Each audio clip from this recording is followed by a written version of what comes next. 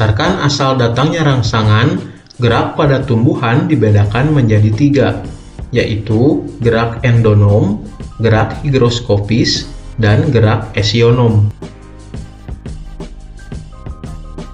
Jika kamu mengamati daun tumbuhan Hydrilla verticillata, kamu akan melihat struktur seperti dinding tembok yang di dalamnya terdapat butiran bulat berwarna hijau. Struktur seperti tembok tersebut merupakan sel daun. Di dalam sel daun tersebut terdapat cairan yang disebut sitoplasma.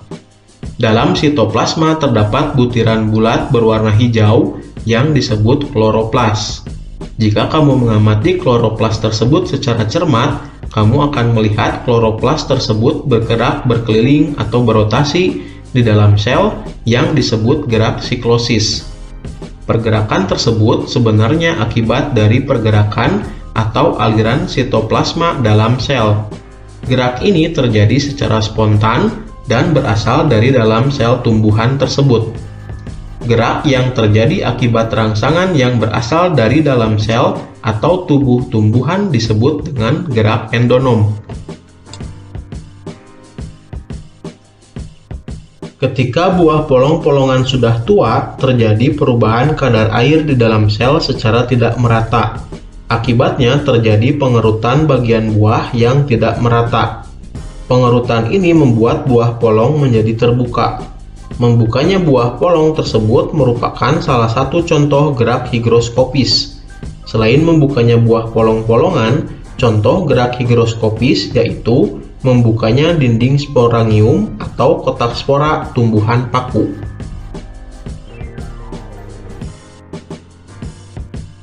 Gerak esionom adalah gerak tumbuhan yang disebabkan oleh adanya rangsangan dari luar tubuh tumbuhan atau lingkungan sekitar. Berdasarkan respons gerak yang dilakukan tumbuhan, gerak esionom dapat dibedakan menjadi gerak tropisme, gerak taksis, dan gerak nasti. Gerak tumbuhan yang arah geraknya dipengaruhi oleh arah datangnya rangsang dari luar disebut gerak tropisme. Arah gerak tumbuhan yang mendekati arah datangnya rangsang disebut gerak tropisme positif. Tetapi jika arah gerak tumbuhan menjauhi rangsang disebut gerak tropisme negatif.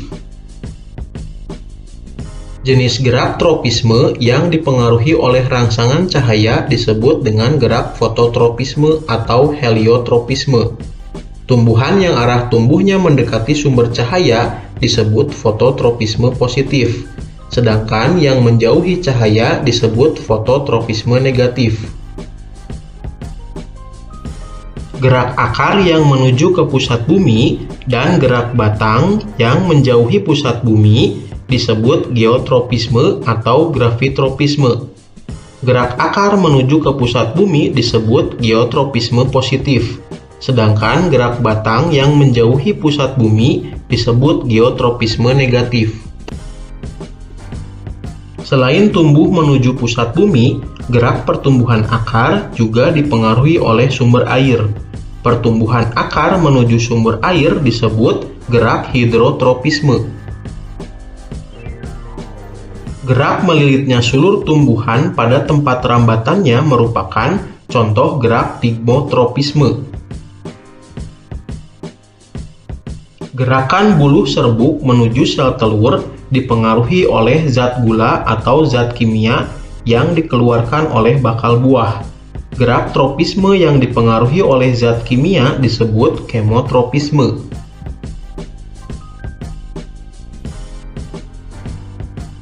Gerak taksis adalah gerak pindah tempat seluruh bagian tumbuhan yang arahnya dipengaruhi oleh sumber rangsangan.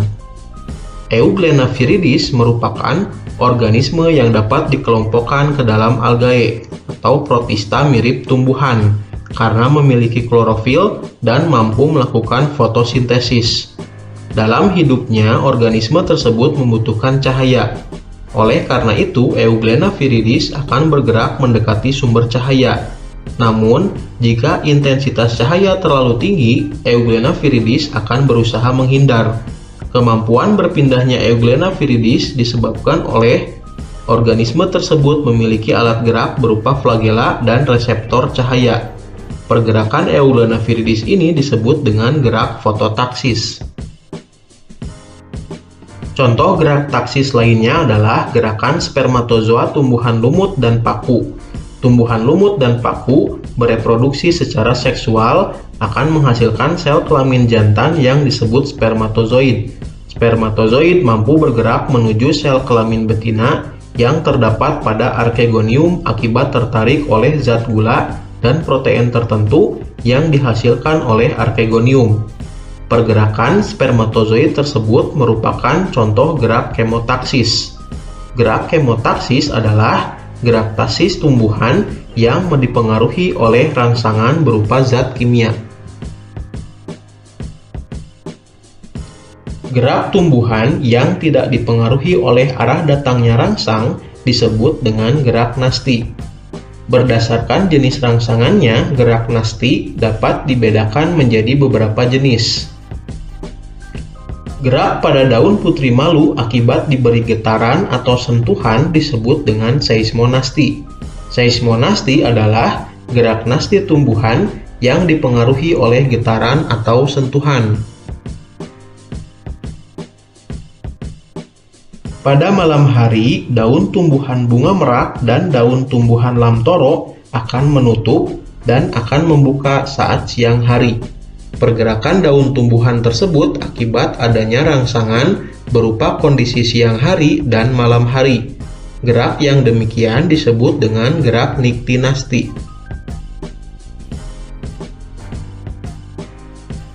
Pada sore hari, bunga pukul 4 akan mekar. Mekarnya bunga pukul 4 disebabkan oleh adanya rangsangan cahaya sore hari. Gerak membukanya bunga pukul 4 tersebut disebut gerak fotonasti. Fotonasti adalah gerak nasti pada tumbuhan yang disebabkan adanya rangsangan berupa cahaya. Bunga yang hidup di daerah yang memiliki 4 musim, seperti bunga tulip yang banyak ditanam di benua Eropa, hanya dapat mekar di musim semi. Mekarnya bunga di musim semi disebabkan oleh suhu udara pada musim semi terasa lebih hangat. Gerak mekarnya bunga tulip pada musim semi disebut gerak termonasti. Termonasti adalah gerak nasti tumbuhan yang dipengaruhi oleh rangsangan yang berupa suhu.